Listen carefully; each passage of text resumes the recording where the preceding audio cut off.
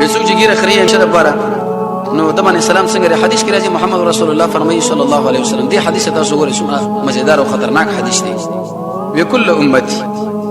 رسول الله فرمایي صلی الله علیه وسلم زما ټول امتیان به معاف کړي شي مگر هغه خلک چې دوی ګناه خلکو لهکاره ده هغه بالکل نه معاف کیږي دا څومره صح حدیث دی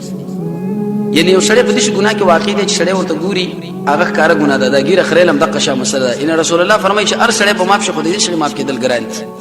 نو دې وجنه که زجرن سړی دا پری دی بلکې نبی کریم علیه السلام ته مخ اړولې دی بازان بچان چې هغه پولیسو دراغلی و مخ هم ته واړو او سلام ورنه وام نه خصو او نن وسره خبرې مونږ کړې سبا وسره به دا خبرې شروع کړلې وزمار مال دا امر کړی چې ګیرو دغه دا بریتان ته کم کا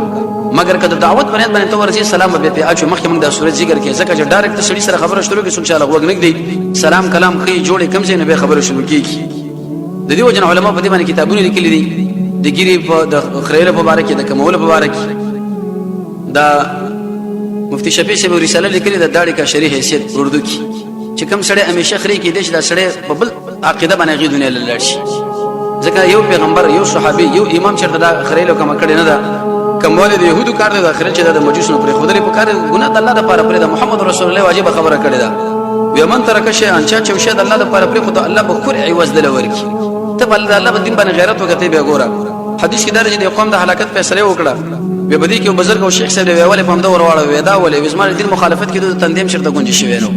او حدیث کې دا څومره خطرناک حدیث دی زما ټول امت په معاف کړی شي مگر هغه انسانان چې په دې ګناه کې واقع شي ارڅو کې ګوري یو ګناه پټه دی یو ښکارا دا رسول الله فرمایي د سره مات کې دی نشي دې به دا مطلب نه چې سړی مرتکب دی ګناه کبیره دی ګیره وخره لا کافر شو نه دا د اهل سنت والجماعت عقیده چې مرتکب دی ګناه کبیره کافر نه دی خو دې اخر انجام به سړی ګوره په بل طرف باندې بوزي ان شاء الله دا وعده به وکړي چې الله لپاره بار سپریدو یعنی دا ګیره مسله د قشانه په سنت طریقه باندې عمل